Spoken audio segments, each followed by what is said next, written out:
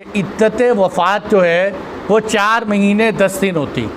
اگر جو ہے عورت پریگننسی نہ ہو اور اسی طرح جو ہے عورت کے کوئی اور مسائل نہ ہو، ورنہ 4 مہینے 10 دن عورت کی عدت وفات ہے۔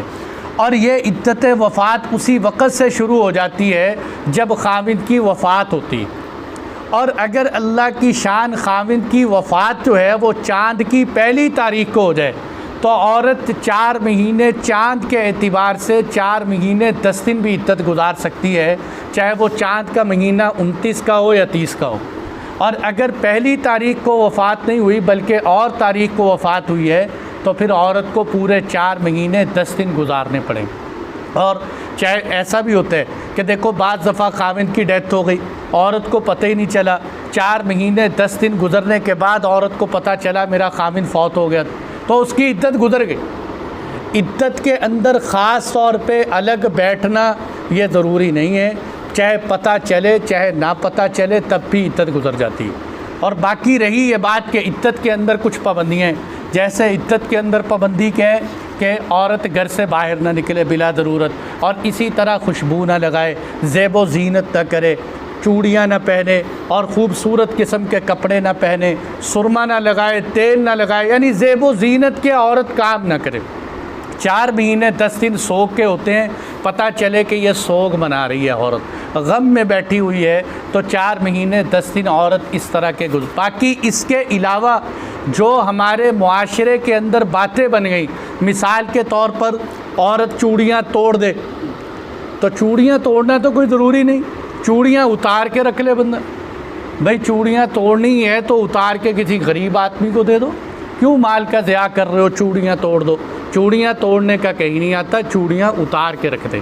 اور اسی طرح یہ ہے کہ عدت پوری ہونے کے بعد بچی کے گھر والے لینے کے لیے آتے ہیں، یہ بھی لازمی حصہ سمجھا جاتا ہے، اس کی بھی شریعت میں کوئی حیثیت نہیں۔ عدت پوری ہو جاتی ہے چاہے عورت گھر میں ہو، چاہے گھر سے باہر نکلے چاہے نہ نکلے۔ اور اسی طرح ہمارے ہاں ایک بڑی اہم بات یہ سمجھتے ہیں کہ پردہ،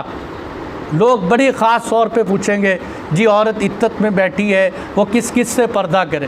تو بھئی عورت کا جو پردے کا حکم ہے اس کا تعلق عدت کے ساتھ نہیں، اس کا تعلق تو ساری زندگی کے ساتھ، عورت کے پردے کا تعلق ساری زندگی کے ساتھ۔ ہمارے ہاں ایسی نادانی ہے کہ ساری زندگی عورت پردہ نہیں کرتی، عدت میں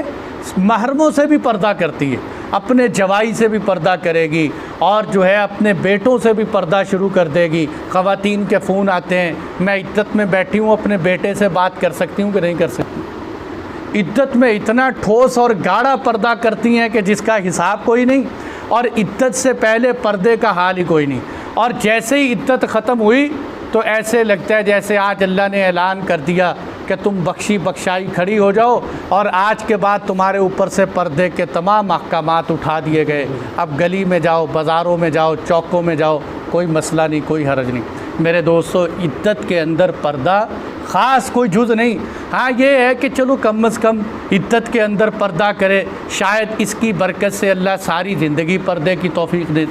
ورنہ پردے کا حکم خاص عدت کے ساتھ نہیں، ساری زندگی کے ساتھ۔